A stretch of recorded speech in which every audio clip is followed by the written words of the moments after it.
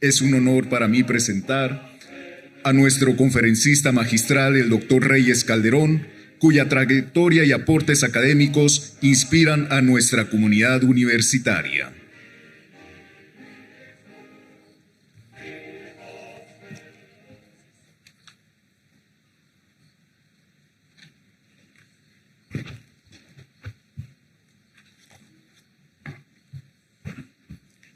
En primer lugar, debo agradecer a Dios por este momento, al Consejo de Fiduciarios de la Universidad Da Vinci de Guatemala y a su rector, el doctor José Cyrano Ruiz Cabarrús, por haberme otorgado este gran honor. Dedico este acto a mis padres, que sin duda alguna sonríen satisfechos desde el cielo, y a todos ustedes, familia y queridos amigos, que engalanan el acto y me llena de alegría su presencia. Ahora procederé a dictar la conferencia magistral que en casos como este se estila.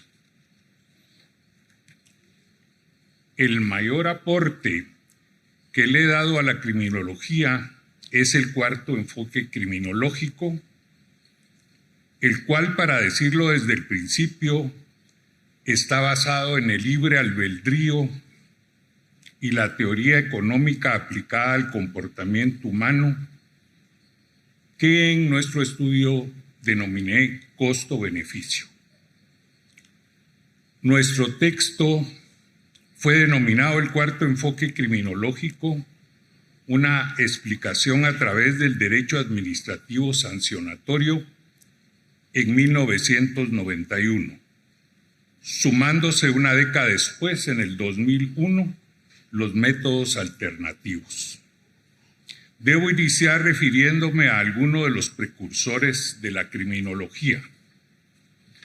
Jean Baptiste de la Porta, creador de la fisionomía, es considerado por muchos el primer criminólogo. Buscaba la criminalidad en las causas individuales, manifestaba que existía una necesaria relación entre el aspecto físico, específicamente el rostro, y la moral. Destacaba la fiereza. El animal acecha, caza y mata, decía. Yo siempre relacioné esta explicación con nuestros nahuales. Los nahuales mayas existen con otros nombres entre los incas, chibchas y otras etnias. Su diferencia básica es que de la Porta resalta solamente lo negativo de los animales. En tanto, los nahuales comprenden lo negativo y lo positivo. El animal, nuestro nahual, es como un ángel de la guarda, bajo las creencias judaico-hebraicas. Los nahuales influyen en la conducta endógena y exógena del hombre. Este apunte, en su momento, le resultó muy interesante a la comunidad criminológica internacional.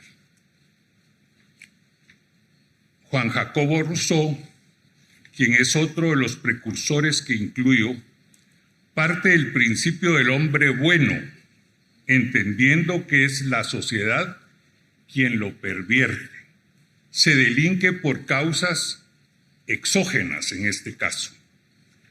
Y finalmente mencionaré a Charles Darwin, con su obra El origen de las especies. Sostiene que las funciones físicas y psíquicas evolucionan a través de una expresa adaptación al medio, que el hombre está íntimamente relacionado con otros animales y que sobre él actúan los mismos impulsos biológicos. Regresa a la explicación que la conducta se genera en lo endógeno.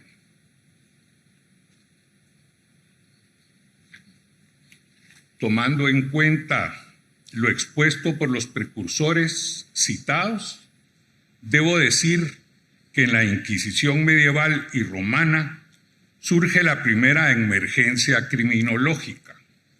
delito, delincuente y pena, identificando a las brujas como delincuentes, su pacto con el diablo, el delito y la pena de muerte a través de la hoguera. Es decir, la política criminal, como bien nos lo explicó el doctor Nardielo en nuestro simposio el domingo pasado. Naturalmente que en ese momento no existían divisiones de poderes. Todo se concentraba en los reyes y señores feudales, que eran los dueños de las vidas y de las haciendas. El representante que todos recordamos es Luis XIV, que pronuncia la palabra "el Estado soy yo". Igualmente Luis XV dice: "Después de mí, el diluvio".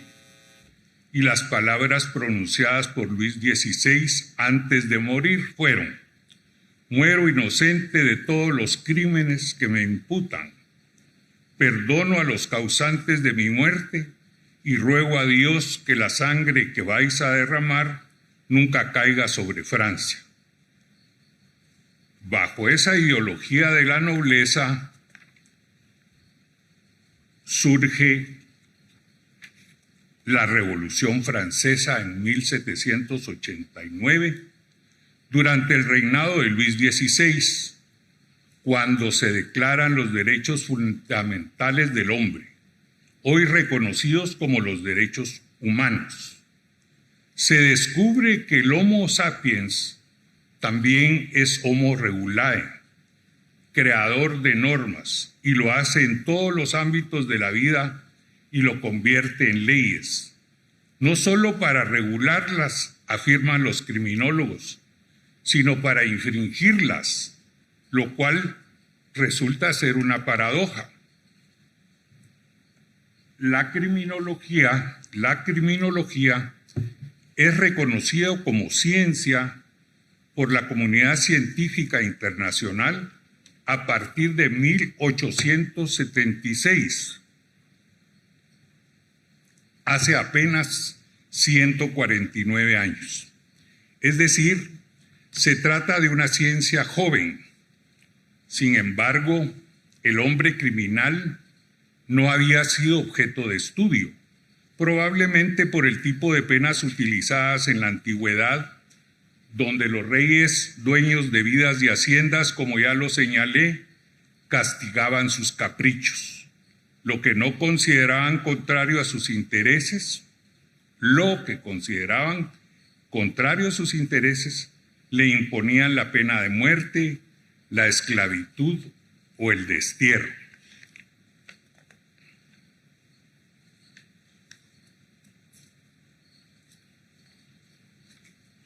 La República propugna la división de poderes que aún permanece: el ejecutivo, legislativo y judicial, desconcentrándose el derecho en administrativo, laboral, civil y otros, promulgándose el primer código criminal, que es el francés, en 1791, hace solo 234 años. Lo señalo porque muchas personas piensan que el derecho penal es natural, que empezó desde el principio de la humanidad, y eso no es cierto, tiene solo 234 años. Quiero en este momento hacer un paréntesis porque el reciente conflicto Irán-Israel nos recordó hace unos días que algunas repúblicas islámicas, como el caso de Irán, su constitución contempla estados teocráticos que concentran los tres poderes del Estado, uniendo la política con la religión. El jefe religioso es el jefe del Estado, contrario a lo promulgado por la Revolución Francesa. Cierro este paréntesis y continúo. Actualmente la criminología se estudia bajo 4 modelos que, a saber, son el tradicional o médico, el liberal o sociológico, el de la nueva criminología y el cuarto enfoque criminológico. Desde la Revolución Francesa Transcurrieron 85 años para que surgiera la criminología en 1876, con el doctor en medicina César Lombroso, considerado padre de nuestra ciencia, quien publica su famosa obra L'Homo Delinquente, el hombre delincuente, que establece que el delincuente tiene características biológicas individuales y esas características son de carácter universal. Se es determinista cerrado y el hombre que nace con esas características indefectiblemente delinque. Ese delincuente, conocido como nato, es tratado antropológica, anatómica, fisiológica y etnológicamente, entre otras ciencias, por grandes maestros como Kretschmer y Metzger, siendo uno de sus principales seguidores Enrico Ferri, que crea la famosa teoría de los delincuentes natos, locos, habituales, pasionales y ocasionales, teniendo notables discípulos como Sheldon y Di Tullio, que desarrollan la biología y endocrinología criminal, y por supuesto Rafael Garófalo. Lombroso, Ferri y Garófalo son considerados los patriarcas del modelo tradicional o médico de la criminología y por supuesto influyen en la teoría positivista del derecho penal. Debo destacar que el maestro Rafael Garófalo insinúa tímidamente el libre albedrío, el cual olvida la historia criminológica universal.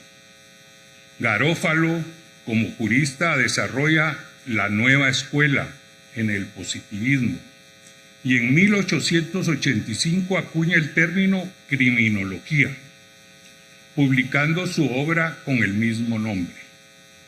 100 años después, en 1986, publicó en Guatemala la primera obra titulada Criminología. Seguramente Dios me usó.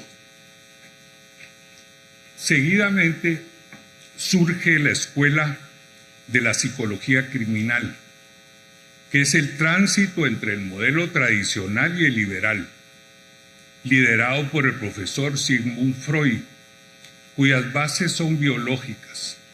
Ya Ferri, como lo enuncié, había considerado un tipo de delincuentes locos. Debo hacer un alto aquí para aclarar especialmente a los juristas que en esta época, finales del siglo XIX, aún no existía la inimputabilidad. Por eso, en una sola institución se albergaba a los delincuentes, ancianos, niños, indigentes, locos y personas de conducta irregular.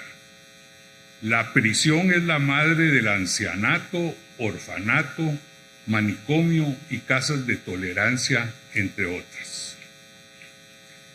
Puedo concluir, y ese slide es muy significativo, que el modelo tradicional propugna el enunciado, que el delincuente nace, no se hace. Ese es el enunciado del modelo tradicional. Históricamente, cuando concluye la Primera Guerra Mundial en 1918, surge el modelo liberal o sociológico.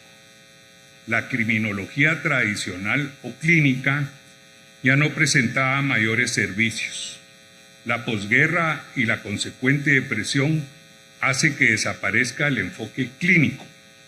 El delito ya no se considera como un hecho individual, sino como un hecho social. Se abandona el determinismo cerrado, se cambian las causas por los factores que contribuyen a generar delitos. Se comienza a abandonar el concepto del delito por el de conducta desviada. Surgen infinidad de escuelas, solamente mencionaré 5. Condiciones económicas y criminalidad, estructural funcionalismo, antropología cultural, asociación diferencial e interaccionismo simbólico. Los principales representantes son William Bonnier, Emily Durkheim, Robert Merton, Talcott Parsons, Franco Faracuti, Marvin Wolfgang, Albert Cohen, Richard Clower, David Matza, Edwin Sutherland, Howard Becker y otros. En este modelo se inscribe la Escuela de Chicago. Su mayor referente es Emily Durkheim, con la anomia, tratando a la delincuencia como una enfermedad que afectaba ciertas zonas de las ciudades. Este modelo tiene como común denominador afirmar que el delincuente tiene su génesis en la sociedad, que aprendemos conductas o las imitamos, que actuamos de acuerdo con nuestro entorno social, cultural y etnológico, es decir, contrario al modelo tradicional, donde el delincuente nace. En este modelo, el delincuente se hace, no nace. Esta transparencia es muy significativa, como los niños imitan a sus padres, por supuesto. Si el delincuente nace o se hace, es la discusión eterna de los criminólogos. Si es una causa endógena o exógena, obviamente todos sabemos que somos un mix. Lo biológico más lo sociológico o a la inversa fija nuestra conducta. Por siempre el hombre feo, pobre, con defectos físicos o sociológicos, es un delincuente. En la criminología tradicional, el delincuente era atávico y de nacimiento. En el modelo sociológico, pertenecer a una clase social, ser desposeído, pobre, luego entonces siempre el mal vestido, el maloliente, el inculto, el vagabundo, etc. Todos los epítetos que se nos pueda imaginar, los que pertenecen al lumpen proletario, son delincuentes. Contrario sensu es el bien vestido, de familia organizada, con cultura y educación, lo asociamos con un hombre de bien. Son los estereotipos que nos formamos. Esta imagen nos demuestra, del lado izquierdo vemos un joven trabajando con una computadora y seguramente lo asociamos con una persona de bien. Y del lado derecho miramos a una jovencita que aparentemente es sexoservidora y la asociamos con algo mal. Muy parecido a la criminalística, ¿verdad? Somos finalistas. La escena del crimen empieza cuando el Ministerio Público rodea la escena y el muerto está ahí. Nunca nos preguntamos por qué, las causas no nos interesan. Es a partir de la muerte. Así sucede en la criminología, o sucedía más bien en el modelo liberal, el estereotipo, pero que todavía lo tenemos. No sé si el joven está haciendo una transferencia a una cuenta cifrada en Luxemburgo de manera ilegal, y si ella fue violada y tiene que mantener a sus hijos de esa forma, no lo sé, pero en todo caso no deberíamos de estar a través de los estereotipos los criminólogos a estas alturas del siglo XXI. Esto es un supremo resumen, puesto que la audiencia podrá contrastar esta dicotomía mucho mejor. Me atrevo a que les quede de tarea que piensen si así actuamos o no actuamos así. Todos estos conceptos no soportan la apreciación científica y en el año 1965 el criminólogo Edwin Sutherland plantea su teoría del crimen de cuello blanco. donde el sujeto activo del delito ya no es desposeído, no es marginado, sino es un hombre que goza de respetabilidad, es de alto estatus social y el delito lo realiza en el ejercicio cotidiano profesional. Sin embargo, el control social y el proceso de criminalización beneficia a los poderosos. Nos encontramos a las puertas del nacimiento de la nueva criminología que abandonó al hombre.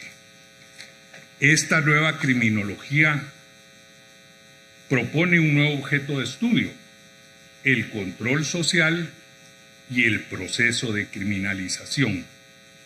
El control social como objeto de estudio lo habían iniciado sociólogos y criminólogos, pero el proceso de criminalización es cuando entramos, me incluyo, entramos los abogados de lleno al estudio de la criminología, porque la criminología era de los biólogos, de los médicos, de los antropólogos, de los sociólogos, pues abogados no aparecían. Pero aquí entran los abogados y entonces ya no estudian al hombre, sino lo que estudiamos es el proceso de criminalización, por supuesto institucional.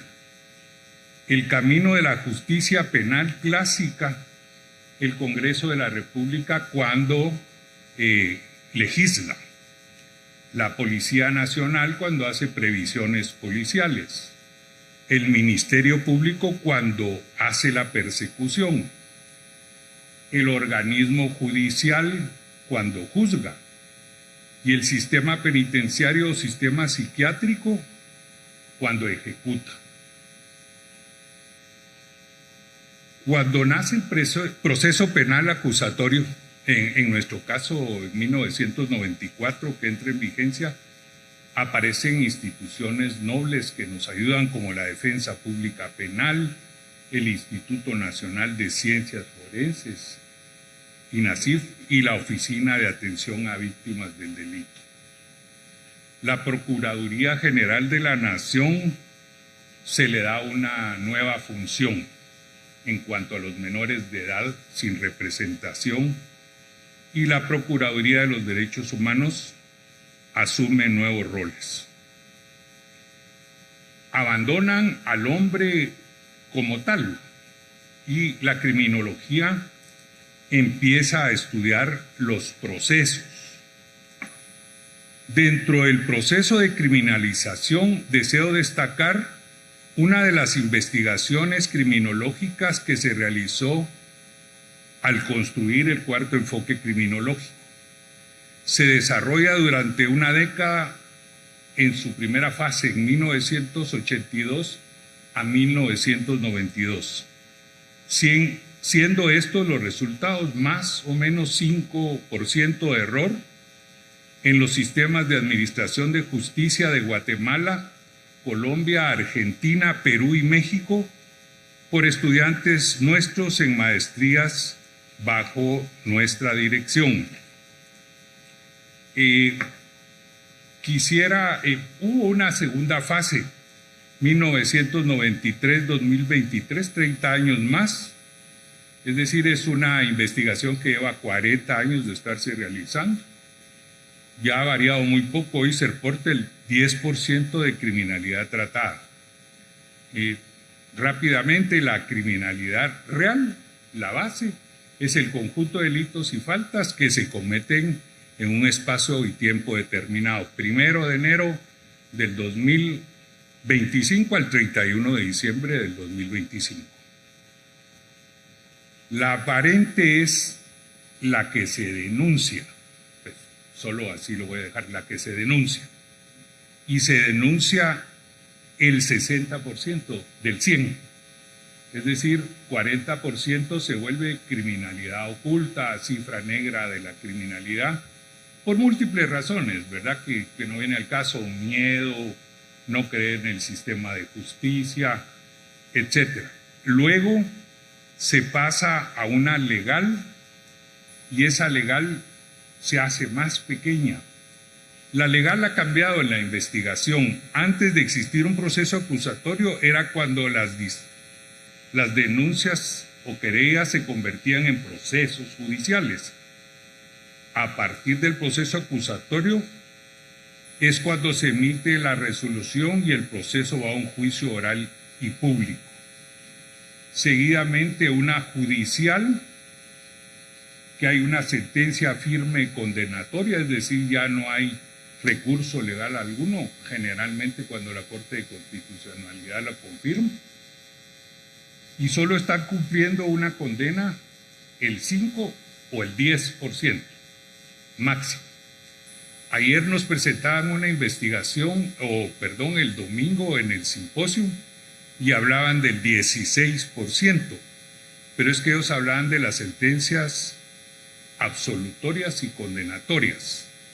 Aquí estamos hablando solo de las condenatorias.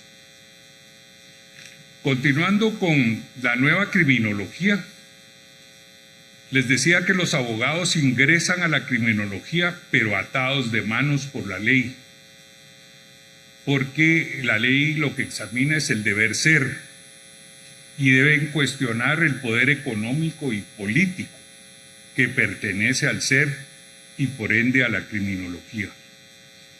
Recojo algunos de los fenómenos del surgimiento histórico de la nueva criminología que mencionaré. Se darán cuenta que todos cuestionan el statu quo imperante y surgen nuevas formas delictivas. El primero, nos estamos situando en los años 60, ¿verdad? El surgimiento de las contraculturas en América Latina. El reconocimiento de la existencia de hechos punibles más graves que los convencionales, delitos de cuello blanco, económicos, genocidios, la actuación de las transnacionales y otras. El surgimiento manifiesto de una subcultura de las drogas a través de movimientos juveniles, siendo el típico de la época el hippie. El auge de la llamada antipsiquiatría, crítica a la posición psicoanalítica y crítica a las instituciones como los manicomios. Celebración del famoso concilio ecuménico del Papa Juan XXIII, que promueve la apertura de la Iglesia Católica, ya no más en latín, en nuestro caso en español, y la celebración de la misa, el sacerdote debe ver a los feligreses.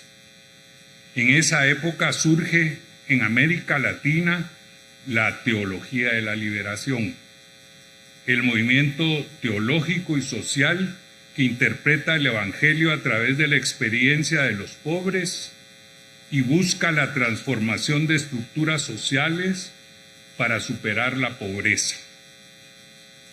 Hechos violentos tales como las rebeliones universitarias en Francia de 1968 y la masacre estudiantil de Tlatelolco en México, ese mismo año previo a celebrarse los 19 Juegos Olímpicos.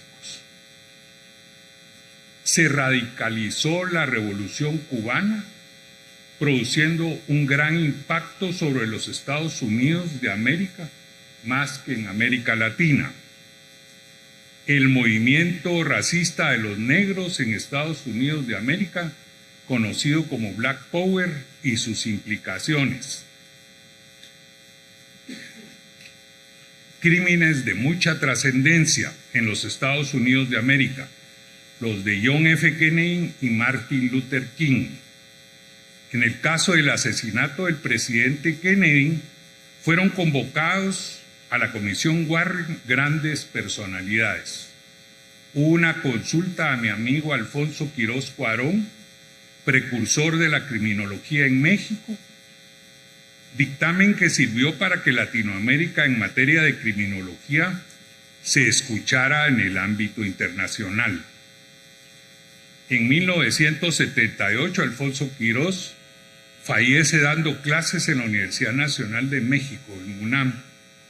Cuando murió, la academia estableció en México que el 16 de noviembre se celebrara el Día del Criminólogo.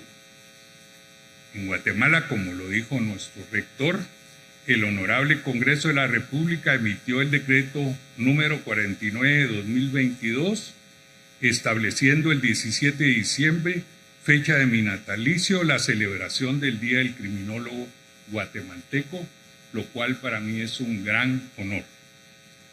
Esta es una similitud que tengo con Quirós Cuarón, con años de distancia, por supuesto. También fuimos directores de Seguridad e Investigaciones Especiales, él del Banco de México y yo del Banco de Guatemala. Alfonso Quirós Cuarón murió deseando llevar la criminología a las policías mexicanas, lo cual está en proceso. Dios me dio la oportunidad de formar criminólogos en la Policía Nacional Civil desde hace 26 años con éxito, principiando en el año 2000 y ahora lo seguimos haciendo en la Universidad Da Vinci de Guatemala, que cuenta con la primera Facultad de Ciencias Criminológicas y Criminalísticas en Centroamérica, y feliz porque es nuestra casa. Vamos a seguir con la nueva criminología.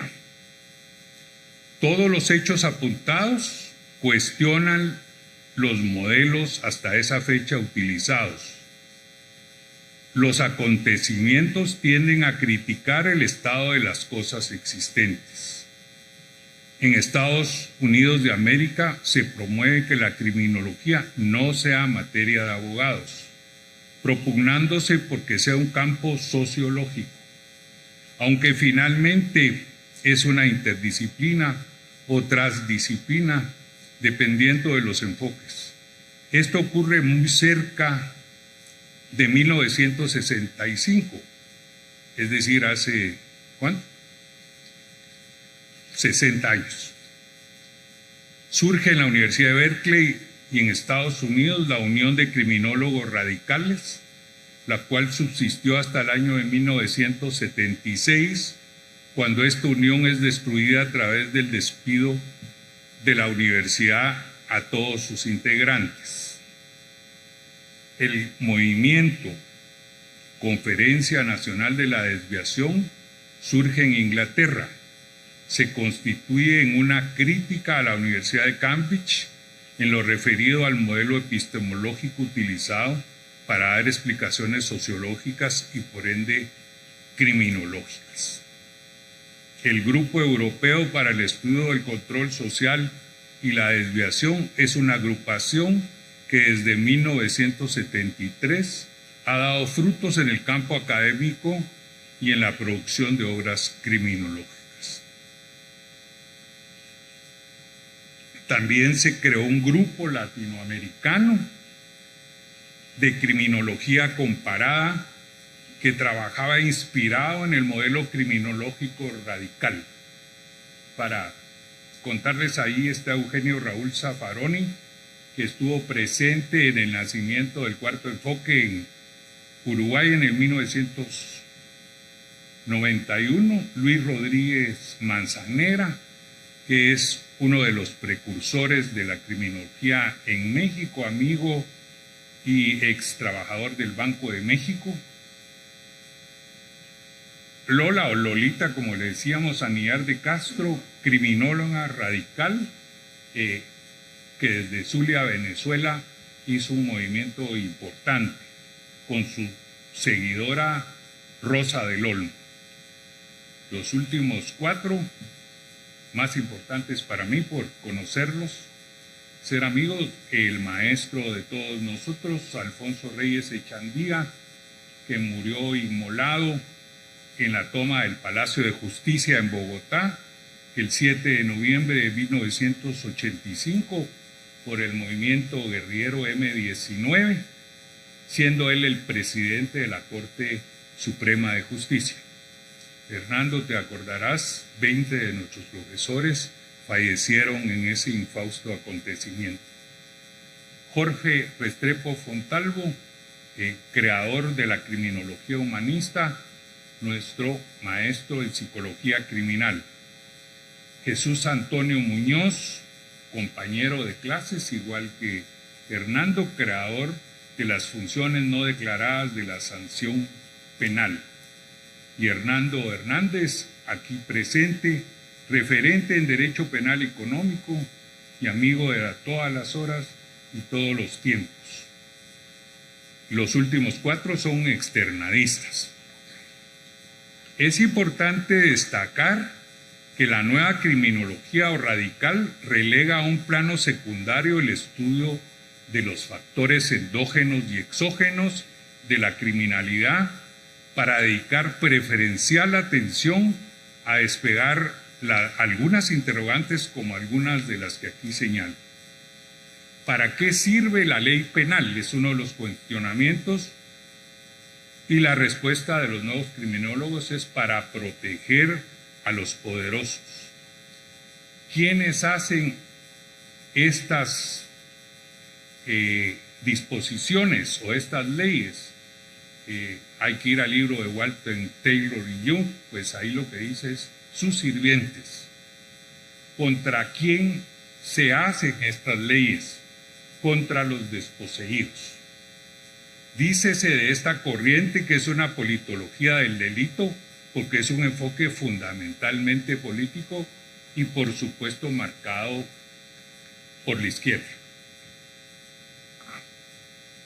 Esta posición radical encontró serias resistencias en los foros internacionales, donde predominaban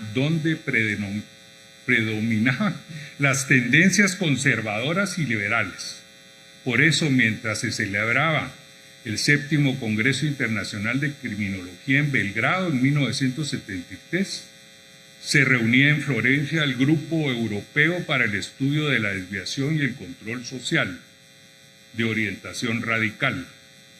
Y en el 8º Congreso Internacional de Criminología en Lisboa, en 1978, apenas si fueron admitidos algunos impugnadores del enfoque tradicional. Como puede observarse, la nueva criminología tomó forma y no ha sido un fracaso, aunque, como es comprensible, no ha contado con el apoyo oficial e impulso de los estados, como se lo dieron a los modelos tradicionales y liberales. Los estudios de nueva criminología se propugnan en el mundo a través de la teoría marxista-leninista. El tercer, pues nos lo explicaban el otro día ahí sencillo. Ya con un modelo marxista-leninista, la propiedad privada no existe, entonces los delitos desaparecen. Según ellos, en la tesis, esa era la síntesis. El tercer modelo criminológico se convierte en una protesta al statu quo, que como ya lo sabemos, y la utilización de mecanismos ilegales, grupos insurgentes que querían hacerse del poder no a través del voto, no a través de la ley, sino tomando el poder por las armas, derogando las constituciones políticas de las repúblicas democráticas y el cuestionamiento permanente al poder sancionatorio del Estado en materia penal que principia a surgir en el mundo entero. En mi caso, a pesar de pertenecer a una generación de criminólogos críticos, los procedimientos que se utilizaban por los nuevos criminólogos, arrogándose la verdad absoluta, sin aceptar cuestionamiento alguno, distaba mucho de ser científico y se trataba de cualquier cosa menos de criminología, que es una ciencia crítica por excelencia. Esto me hizo tomar conciencia en mi interacción con los criminólogos que nos dábamos cita en la Sociedad Internacional de Criminología y en diversas universidades del mundo, que había que hacer una revisión de lo que la criminología proponía, especialmente porque se había abandonado al hombre como objeto de estudio. La criminología, en mi concepto, se movía en una ruta equivocada. Recuerdo en esa época, 1989, mi amigo aquí presente, el doctor Hernando Hernández, y nuestro maestro en común, el doctor Nilson Pinilla, trabajaban en el derecho administrativo sancionatorio. Nació la obra del doctor Hernando Hernández, ya con 11 ediciones, agotadas, denominada Los delitos en la actividad financiera, que me sirvió de manera cercana para empezar a redactar las primeras líneas del cuarto enfoque criminológico. Y esto para mí es importantísimo, y en este día más, debo mencionar mi margen. Nací en Guatemala, un país del tercer mundo que se involucró en un conflicto armado interno. Mi formación religiosa es católica. Fui educado por los hermanos maristas en el Liceo Guatemala. Ellos fueron expulsados por el régimen castrista de Cuba en los años 60 con humillaciones. Entonces en el colegio hacíamos esta jura a la bandera dirigida por nuestro director, el hermano Maximiliano Mediavía, líder anticomunista de la época. Juro fidelidad a la bandera de Guatemala, república sobre la cual tremola una nación libre bajo la protección de Dios. Unidos venceremos, divididos seremos humillados y esclavizados por el comunismo. Nos enseñaron que el comunismo era el mal, el demonio. Casualmente la demonología precede a la criminología, con las brujas, y es la primera emergencia criminológica. En tanto que el anticomunista, así nos lo vendieron, coincidía con Jesucristo. Debía confesarles hoy cómo eso influyó en la concepción de un cuarto enfoque criminológico. También quiero referirme a algo muy particular. La línea de pensamiento surgía en el externado de Colombia, que aún siendo radical se apartaba del marxismo-leninismo, de boga en nuestra ciencia, coincidían con mi forma de concebir el mundo. Sin embargo, los fenómenos sociológicos, políticos y tendencias en el mundo a finales del siglo XX eran ya megatendencias. Se trataba de un movimiento de pensamiento que lo traduje en blanco y negro, y destacaré algunos hechos de la época, que es su génesis: el glasnost, la tendencia a la desaparición de los regímenes totalitarios en el mundo, la agonía y muerte anunciada del comunismo, la caída del muro de Berlín, el fin de la Guerra Fría, los esfuerzos pacificadores en el mundo, la encíclica Centésimos Anno del Papa Juan Pablo II, que recrimina el comunismo como sistema de vida. Karol Wojtyła tiene también su margen. Había sufrido el comunismo en Polonia. Vigilancia de organismos internacionales, desarrollo tecnológico, influencia de la informática, traen nuevas formas de criminalidad. Estilos de vidas mundiales, movimiento ecologista mundial y efectos criminalizantes, la perestroika, la economía por bloques, la privatización de los servicios del Estado, la economía mundial de libre mercado y la guerra del Golfo Pérsico, entre otros. Bajo esta nueva realidad, construyo el cuarto enfoque criminológico, una explicación a través del derecho administrativo sancionatorio en 1991, sumándose los métodos alternativos una década después, en el 2001. La justicia, a través de la Corte Penal Internacional, ya extendía su brazo largo por el mundo a los delitos de lesa humanidad, tutelando una mejor vida en una sociedad global. La tecnología puesta al servicio del hombre y el respeto a los derechos humanos. No puedo dejar de mencionar a otros cultores del derecho administrativo sancionatorio, como es James Goldschmidt en Alemania, Luis Jiménez de Azúa en España, Sebastián Soler en Argentina, Giuseppe Maggiori y Giuseppe Petiol en Italia, Luis Carlos Pérez y mi maestro Alfonso Reyes Echandía en Colombia. Claro está que nuestra teoría nació oficialmente en el año 1991, hace 35 años solamente, en la ciudad de Montevideo, Uruguay, con la presencia de los profesores Goldschmidt, Marta Roque de Benglio, Raúl Zaffaroni y el maestro Raúl Servini, que desde 1991 lo instituyó como un libro de texto en la Universidad Católica de Uruguay, como Hernando lo señaló.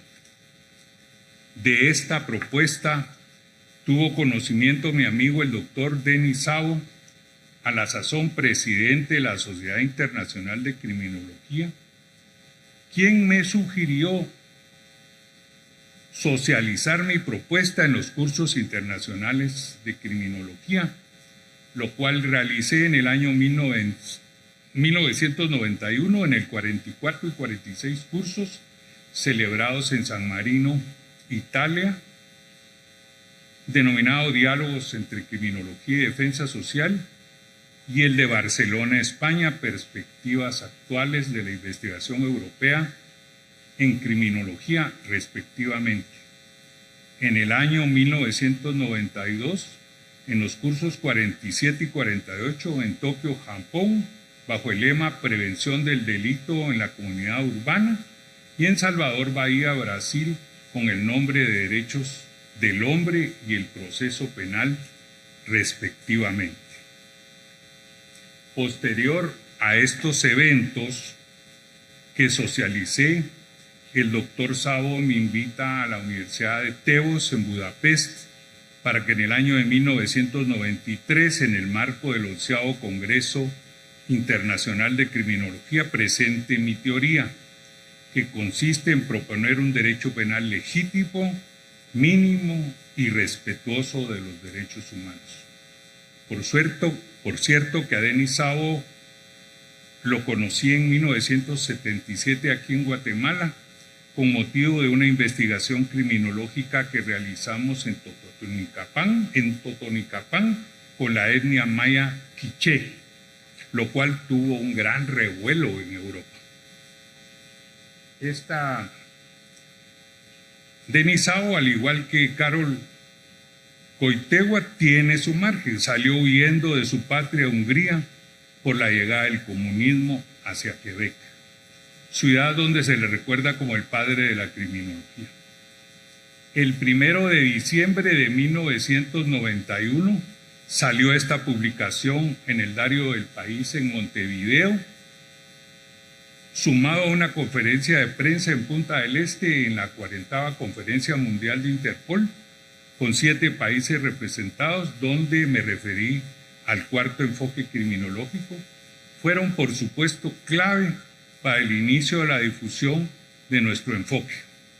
Mucha gente, criminólogos, que leyeron Hombre Nuevo, que ve morir el comunismo y también la teoría marxista del crimen, se acercaron, algunos vinieron a Guatemala, en otras ocasiones viajamos, pero construimos una idea basado en eso que estaba, pero que nadie lo había propuesto. Probablemente, repito, la amistad con el presidente de la Sociedad Mundial de Criminología, el apoyo del Estado de Guatemala. El Banco Guatemala me mandaba todas las conferencias por todo el mundo, pues hicieron fuerza, porque no se puede escribir y no divulgar y no hacerlo en otros idiomas menos. No deseo terminar mi presentación sin ejemplificar el funcionamiento del cuarto enfoque criminológico a través del libre albedrío y la teoría económico-criminológica que denominé costo-beneficio. El hombre regresemos a la investigación de los 40 años. El hombre hace un análisis antes de la comisión de un delito, utilizando la información existente.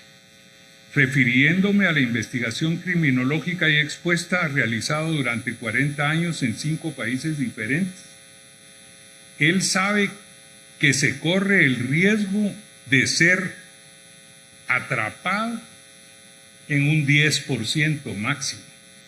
Entonces hace la apuesta de caer dentro del 90%, quedar impune.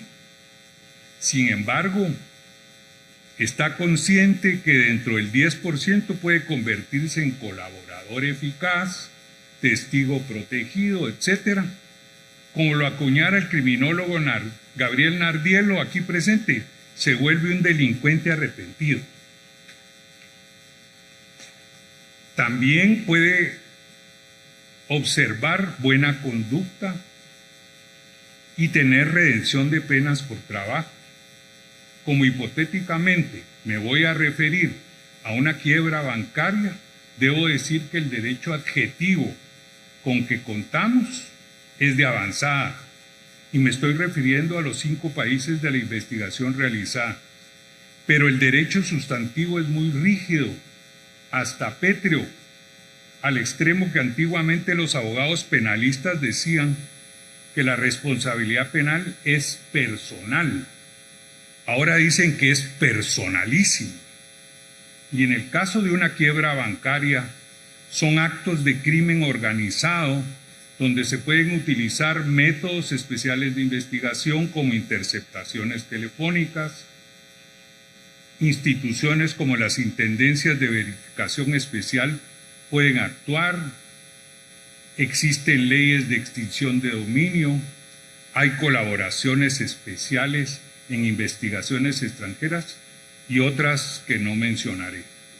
Sin embargo, al final debe haber uno o varios sujetos responsables, autor, cómplice u otra figura, no una persona jurídica ni una organización de crimen organizado, que como todos sabemos es una empresa criminal organizada para obtener utilidades. Y ese individuo finalmente es condenado en definitiva. Supongamos que a la pena máxima, que no se acogió a ninguna institución, en este caso es de 10 años, y que la quiebra del banco, después de muchas investigaciones financieras, participación de compañías aseguradoras y reaseguradoras, empresas de auditoría de renombre internacional, hayan determinado que se perdieron, sepa Dios si están en cuentas cifradas en Suiza o saber dónde, pero se perdieron $300 millones estadounidenses, de los cuales se puede atribuir al sujeto procesado condenado 30 millones. En 10 años de condena, sin gozar de ningún beneficio que lo rebaje, tendría una utilidad de $3 millones anuales, 24 millones de quetzales, 2 millones al mes. Dice el doctor Gary Becker que esto sería un negocio rentable, pero nosotros los abogados pensamos en el non bis in idem, no 2 veces por lo mismo. Entonces los criminólogos pregonamos que ese dinero es lavado por el Estado. Y no hablo de casos guatemaltecos porque no quiero hacerlo. Voy a mencionar el caso que todos conocemos, el de Pablo Escobar Gaviria, donde su hijo es millonario de los ilícitos de su padre. La última vez fue público, vivía sin trabajar en una isla de su propiedad en el delta del Tigre, cerca de Buenos Aires. Nuestra teoría se ha difundido en muchos textos universitarios. Debo reconocer que plantear el libre albedrío como reflexión criminológica hizo crecer su difusión y aceptación. Esto lo rescaté del doctor Garófalo, quien lo mencionó en 1885 en la primera obra universal llamada Criminología. Incluyo la teoría del Premio Nobel de la Economía de 1992, quien plantea la teoría económico-criminológica aplicada al comportamiento humano. En mi caso lo llamo costo-beneficio. Se delinque cuando hay utilidades, llevando la actividad delictiva a fórmulas económicas, la cual capitalicé explicándolo de la siguiente manera con esta fórmula. En el cuarto enfoque criminológico utilizamos el modelo costo-beneficio de Gary Becker, Premio Nobel de la Economía 1992, y el libre albedrío de Rafael Garofa. El modelo económico es racionalidad. El libre albedrío es igual a emoción. Normalmente se delinque con racionalidad, pero el hombre puede decidir hacerlo aunque no sea racional, utilizar la emoción. Después de infinidad de fórmulas, llegamos a la fórmula base del cuarto enfoque criminológico, aquí planteada, donde el beneficio del delito es mayor a la probabilidad de ser atrapado y castigado. Es decir, el castigo, como pudiera ser la prisión, la reputación, etcétera, es mínimo. Más el libre albedrío, existiendo la posibilidad de cometerlo porque el hombre puede decidir lo irracional. Como estamos en un ambiente criminológico, no matemático, solo lo hubiera entendido nuestro señor rector. La fórmula es homos económicos, racional, más homos liber, emocional, igual hombre nuevo, homo novo, hombre del cuarto enfoque criminológico, ese ser humano libre, creativo, capaz y ético, acepta las acciones del Estado siempre y cuando sean legítimas, mínimas y respetuosas de sus derechos humanos. El derecho administrativo sancionatorio y las alternativas ofrecen esa posibilidad. El derecho penal, repito, es legítimo, no solamente legal, debe ser respetado por los tejidos sociales. Mínimo, en última ratio, el Estado no debe paralizar ningún acto de libertad del ser humano, debe respetar los derechos humanos. La fórmula sería así: hombre racional más hombre libre igual hombre nuevo u hombre del cuarto enfoque criminológico.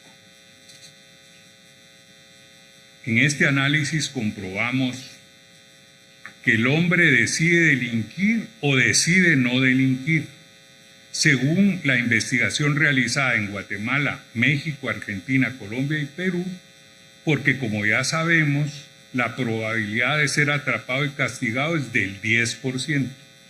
El día de hoy, 12 de agosto de 2025, consulté los datos de Suiza y la probabilidad de ser atrapado y castigado en ese país es del 92%.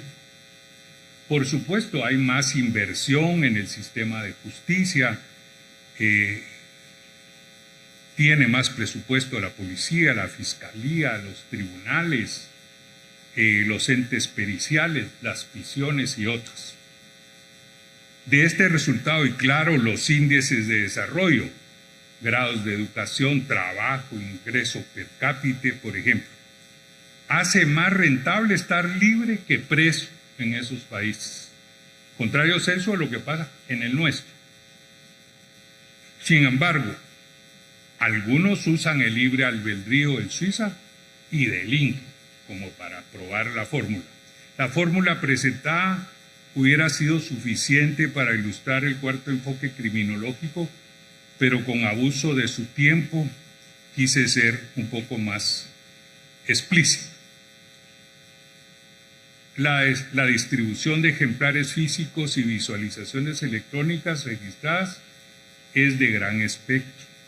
Ha sido difundida en textos universitarios, en tesis de licenciatura y posgrados, blogs, seminarios y congresos de criminología, siendo un texto obligatorio en universidades como la Católica de Uruguay, Iberoamericana en México, Javeriana en Colombia, Ciencias Empresariales y Sociales en Argentina, Universidad Centroamericana en Nicaragua, clausurada recientemente por un régimen antidemocrático, Universidad Católica Andrés Bello en Venezuela, Universidad de Las Palmas en la Gran Canaria, la Sapienza en Roma y las universidades guatemaltecas donde la carrera de criminología existe. La divulgación hasta el año 2000 fue fundamentalmente en América Latina, España e Italia.